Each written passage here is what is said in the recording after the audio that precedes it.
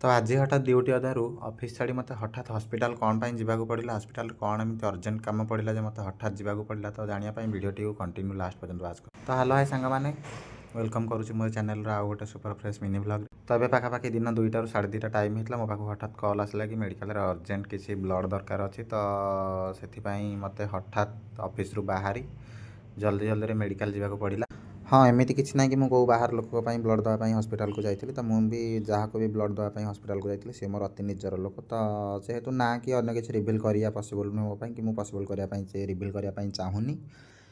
तो फाइनाली मुझे आसिक हॉस्पिटल पहुँची गली तो देखिए जापे यहाँ हूँ भुवनेश्वर एम्स हॉस्पिटल। तो जेहेतु इमरजेंसी में मत बाहर के आसक पड़ा ऑफिस भी परमिशन कहार नहीं कि क्या जनईनी बस सिक्यूरीटी को जनईकी पलि आसती बाहर की तुरंत कहीं इमरजेंसी थी।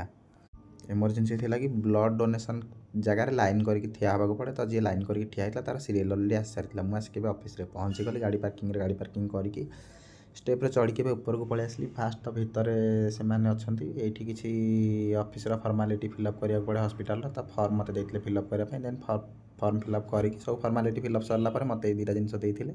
देन मुझे आसिक पहुँच जाइए ब्लड डोनेशन सेक्शन रे तो फास्ट टाइम जेहेतु ब्लड दूसरी बहुत डर लगुला कही किसी वीडियो शूटिंग करने बट वीडियो आलाउ ना से सी मत निजे 2-3टा फोटो क्लिक कर देते तो बहुत जल्दी भी मोर ब्लड डोनेट सरी जाता सरला आम दिज तो एकाठी बसलु ये मो साइड बेड्रे थे तो से दिज जाक कथा ये मत कहते कि तुम कौन बहुत जल्दी सरीगला कहीं मोर बहुत आगुरी स्टार्टिंग होता दिज जाकर एका सांगे ही साइरन बाजी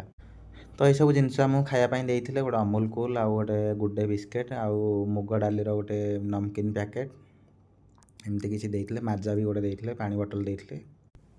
तो ब्लड डोनेट कर सारापर ये सब खाया देते बस खाई पी सारापर मुझे बाहर की मेडिकल जाऊँगी